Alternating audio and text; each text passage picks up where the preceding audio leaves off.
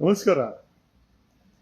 ಮತ್ತೊಮ್ಮೆ ಕನ್ನಡ ರಾಜ್ಯೋತ್ಸವದ ಶುಭಾಶಯಗಳನ್ನು ಹೇಳುತ್ತಾ, ಬರೀ ಹೋರಾಟ ಅಂತಂದ್ರೆ ಯಾರೋ ಹಾಕಿದ್ರು ನೋಡಿ, ನಮ್ಮನೆ ಆಫೀಸಲ್ಲೂ ಕೂಡ ಧರ್ಮಸ್ಥಳ ಮಂಜುನಾಥ ಇದ್ದಾನೆ.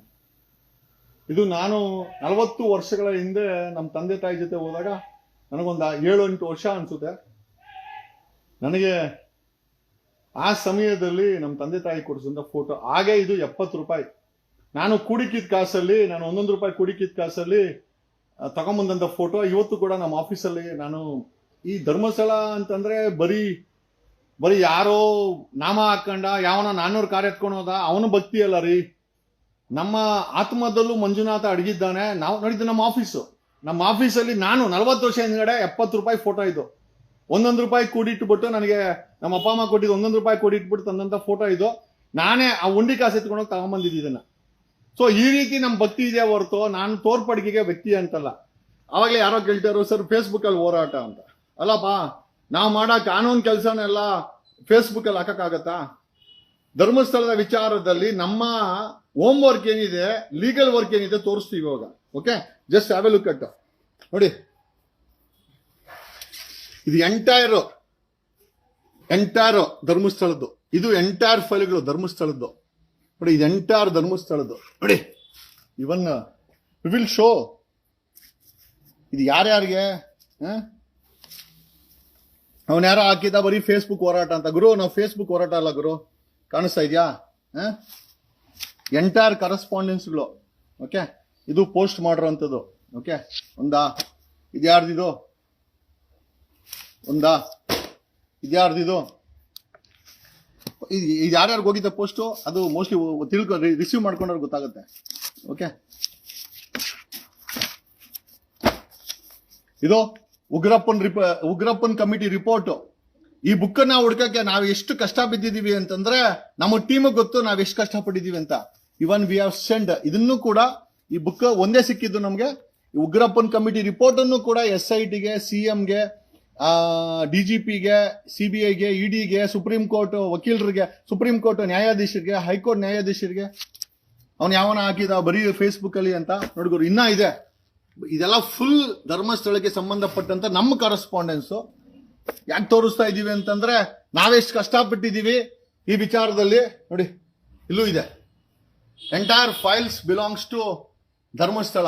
ಬರೀ ನಾವು ಬಾಯಿ ಮಾತಲ್ಲಿ ಹೇಳದೆ ಅಂತಲ್ಲ. ಓಕೆ, ಇದು ನಮ್ಮ ಆಫೀಸು. ಓಕೆ, ಇಲ್ಲಿ ನೋಡಿ, ನನಗೆ ಬಂದಿರೋಂತ ನೋಟಿಸ್ಗಳು, ರಿಪ್ಲೈಗಳು ಇಲ್ಲಿ ನೋಡಿ. 1 ಧರ್ಮಸ್ಥಳ, 2, 3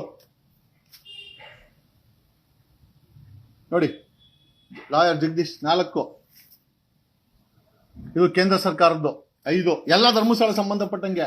ಇದ್ಯಾರೋ ಲೆಟರ್ ಹಾಕಿದಾರೆ, ನನಗೆ ಹಾಕಿದಾರೆ ಗೊತ್ತಿಲ್ಲ. ಇದು ಓಪನ್ ಮಾಡಿಲ್ಲ. ಸುಹಾಸ್ R, ಪೊಲೀಸ್ ಅಧೀಕ್ಷಕರು, SIT ಬಳತಂಗಡಿ.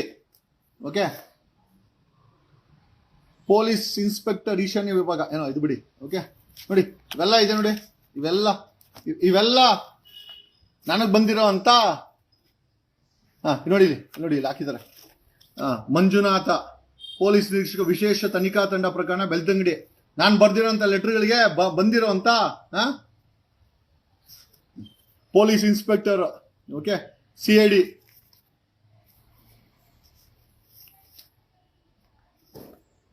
ಮತ್ತೆ KN ಜಗದೀಶ್ ಕುಮಾರ್. ಓಕೆ, ಯಾರಪ್ಪ ಇದು? ಪೊಲೀಸ್ EO, ಪೊಲೀಸ್ ನಿರೀಕ್ಷಕರು, ವಿಶೇಷ ತನಿಖಾ ತಂಡ, ಧರ್ಮಸ್ಥಳ ಪ್ರಕರಣ. ಓಕೆ, ಗೊತ್ತಿಲ್ಲ. KN ಜಗದೀಶ್ ಕುಮಾರ್ ಮತ್ತೊಂದು ವಕೀಲರದ್ದು, Delhi high court. K Manjunath EO, police ನಿರೀಕ್ಷಕರು, ವಿಶೇಷ ತನಿಖಾ ತಂಡ.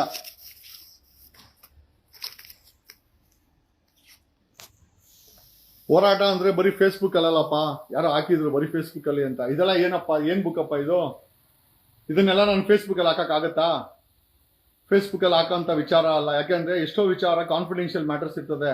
ಫೇಸ್ಬುಕ್ ಅಲ್ಲಿ ಇನ್ವೆಸ್ಟಿಗೇಷನ್ ನಡೀಬೇಕಾದ್ರೆ ಎಕ್ಸ್ಪೋಸ್ ಮಾಡಬಾರ್ದು ಅನ್ನೋ ಕಾಮನ್ ಸೆನ್ಸ್ ಇರುವಂತ ಅಡ್ವೊಕೇಟ್ ಅಂತೂ ನಾನು ಇದ್ದೀನಿ. ಹಂಗಂತ ಈಗ ನೋಡಿದ್ರಲ್ಲ, ಎವ್ರಿಥಿಂಗ್ ಇಲ್ಲಿ ಬರೀ ಈ ಬೆಂಚ್ ಅಲ್ಲಿ ಬರೀ ಇರೋದೇ ಧರ್ಮಸ್ಥಳದ್ದು. ಓಕೆ, ಇಲ್ಲಿದೆ, ಇಲ್ಲಿ ನೋಡಿ, ಸ್ಟೇಷನರಿಗಳು. ಇದನ್ನ ಬುಕ್ ಮಾಡಿ ಪಾಸ್ ಮಾಡಕ್ಕೆ ಸ್ಟೇಷನರಿಗಳು. ಓಕೆ, ಇಲ್ಲಿ ನೋಡಿ, ಇದ್ರಲ್ಲಿ ಏನಿದೆ ಬೇಕಾಗಿಲ್ಲ. ಇಲ್ಲಿ ನೋಡಿ, ಮೂಟೆ ಮೂಟೆ ತಂದಿಟ್ಟಿದೀವಿ ಸ್ಟೇಷನರಿಗಳನ್ನ ಪ್ರಿಂಟ್ ಮಾಡಕ್ಕೆ. ಒಂದು printer, okay, 2 printer, 3 printer work ಆಗುತ್ತೆ ನಮ್ಮ ಆಫೀಸಲ್ಲಿ. 3 ಪ್ರಿಂಟರ್ಗಳಿದೆ. ಓಕೆ, ಇಲ್ಲಿ ನೋಡಿ, ಇದನ್ನ ಪ್ರಿಂಟ್ ಮಾಡಕ್ಕೆ ರಿಮ್ ಪೇಪರ್ಗಳು ತಂದಿಟ್ಟಿದೀವಿ, ಬಂಡವಾಳ ಹಾಕಿದೀವಿ, ಬೈಲಲ್ಲಿ ಇವ್ರ ಜೊತೆ ಹೋರಾಟಕ್ಕೆ ಉಳಿದಿದ್ದೀವಿ. ಹಂಗಂದ್ ಮಾತ್ರಕ್ಕೆ ಬರೀ ನಾವು ಫೇಸ್ಬುಕ್ ಏನೋ ಫೇಸ್ಬುಕ್ ಟೈಗರ್ಗಳೆಲ್ಲ ಗುರು. We are the real tigers. ನಿದ್ದೆ ಕೆಡಿಸಿದ್ದೀನಿ. ನಾನೇನಾದ್ರೂ ಕೈ ಬಿಟ್ರೆ ಗಿರೀಶ್ ಮಟ್ಟಣ್ಣನ ಗ್ಯಾಂಗನ್ನ ಸರ್ಕಾರ SIT ತಿನ್ಕೊಂಡ್ಬಿಡ್ತಾರೆ. ನಾವು ಅದನ್ನ ಮಾಡಕ್ ಬಿಟ್ಟಿಲ್ಲ. ಕಾರಣ ಯಾಕೆ ಅಂತಂದ್ರೆ ಐ ಆಮ್ ವಾಚಿಂಗ್. ಓಕೆ, ನಾನೇನ್ ಗ್ರೇಟ್ ಅಂತ ಏನಲ್ಲ, ನನ್ನದೇ ಆದಂತ ಶಕ್ತಿ ಇದೆ. ಓಕೆ, ಬಟ್ ಏನಂತಂದ್ರೆ ಈ ಹೋರಾಟ ಅಂತ ಬಂದ್ಕೊಂಡ್ಮೇಲೆ ನ್ಯಾಯ ಕೊಡಿಸ್ಬೇಕು. ಸೌಜನ್ಯ ಪ್ರಕರಣ ಸುಪ್ರೀಂ ಕೋರ್ಟ್ಗೆ ಹಾಕ್ಬೋದಾಗಿತ್ತು, ಹೈಕೋರ್ಟ್ಗೆ ಹಾಕ್ಬೋದಾಗಿತ್ತು. ಮರು ತನಿಖೆ ಆದೇಶ ಯಾರಪ್ಪ ಮಾಡಬೇಕು? ಡಾಕ್ಟರ್ ರಶ್ಮಿ ಮತ್ತೆ ಆಡೋಬ್ ಅವರ CBI ತನಿಖೆ ಫೈಲ್ ಅನ್ನ 700 ಪೇಜ್ ಇದೆ. ಫೈಲ್ ಅವ್ರು ತಗೊಂಡ್ಮೇಲೆ ನಾನು ಅಪ್ಲೈ ಮಾಡಿ ತಗೊಂಡಿದ್ದೀನಿ. I took post mortem report. ಆ ಪೋಸ್ಟ್ ಮಾರ್ಟಮ್ ರಿಪೋರ್ಟ್ ಒಂದು ಸಾಕು ಹೈಕೋರ್ಟ್ ಆದೇಶ ಮಾಡಕ್ಕೆ. ಯಾಕಂದ್ರೆ ಅದೇ ಪೋಸ್ಟ್ ಮಾರ್ಟಮ್ ರಿಪೋರ್ಟ್ ಅಲ್ಲಿ CBI ಡಾಕ್ಟರ್ ರಶ್ಮಿ ಮತ್ತೆ ಆಡೋಬ್ ಮೇಲೆ FIR ಮಾಡಿ ಅವ್ರನ್ನ ಅರೆಸ್ಟ್ ಮಾಡಿ ಅಂತ ಹೇಳಿದ್ದಾರೆ. ಸಾಲ್ದಾ? ಅದೊಂದು ಫೈಲ್ ಇಟ್ಕೊಂಡು ಮರು ತನಿಖೆ ಆದೇಶ ಮಾಡಕ್ಕಾಗಲ್ವಾ? ಅದನ್ನ ಮಾಡಲ್ಲ. ಅಲ್ಲಿ ತಗೊಂಡೋಗಿ ಇವನನ್ನ ಯಾರನ್ನ ಭೀಮನ್ ತಗೊಂಡೋಗಿ ಜೈಲಲ್ಲಿ ಕೂಡಾಕ್ಸವ್ನೆ ಗಿರೀಶ. ಇಲ್ಲಿ ಮಹೇಶ್ ತಿಮ್ರೋಡಿನ 14 ಕೇಸ್ ಹಾಕ್ಸಿ ರೌಡಿ ಪಟ್ಟಿ ಹಾಕಿ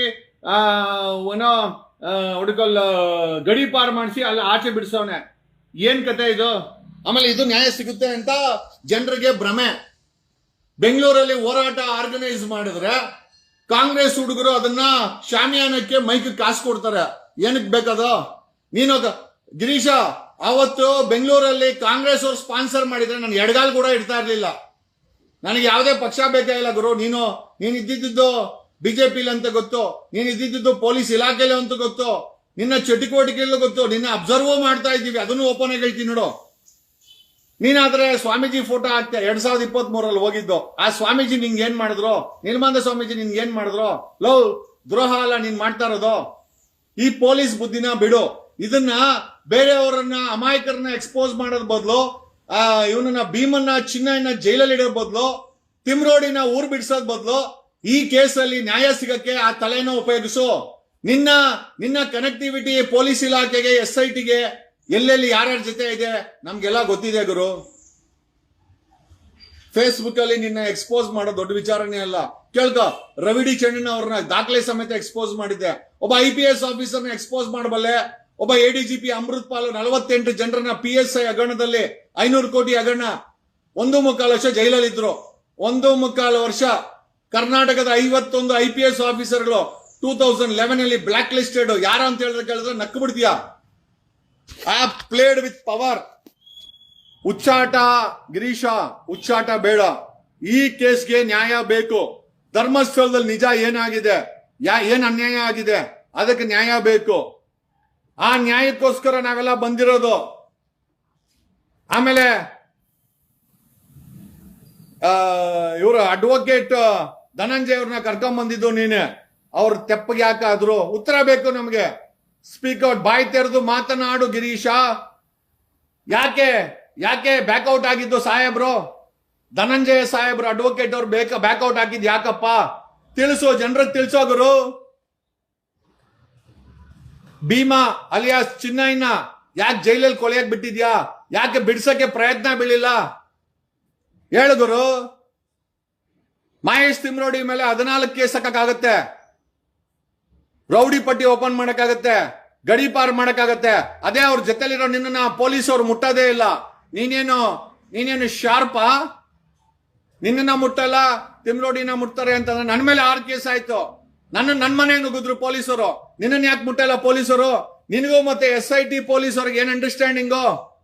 ಮಾತನಾಡು ಗಿರೀಶ, ಮಾತನಾಡು. ಇಲ್ಲ ನಾನಂತೂ ಎಕ್ಸ್ಪೋಸ್ ಮಾಡ್ತೀನಿ ಗುರು ನಿನ್ನ. ಶೃಂಗೇರಿನಲ್ಲಿ 50 ಎಕರೆ ಯಾರೋ ಹೇಳಿದ್ದು ನನಗೆ ಗೊತ್ತಿಲ್ಲ. ಹುಡುಕ್ತಾ ಇದ್ದೀವಿ. 50-100 ಎಕರೆ ನಾವು ಹುಡುಕ್ತಾ ಇದ್ದೀವಿ. ಸಿಕ್ಕಿದ್ರೆ ಮುಖವಾಡ ಕಳ್ಚಾಕ್ಬಿಡ್ತೀನಿ. Thank you Karnataka. ಮತ್ತೊಮ್ಮೆ ಕನ್ನಡ ರಾಜ್ಯೋತ್ಸವದ ಶುಭಾಶಯಗಳು. ಈ ದಿನ ಮುಖವಾಡಧಾರಿಗಳ ಮುಖವಾಡವನ್ನ ತೆಗಿಬೇಕಾಗಿದೆ.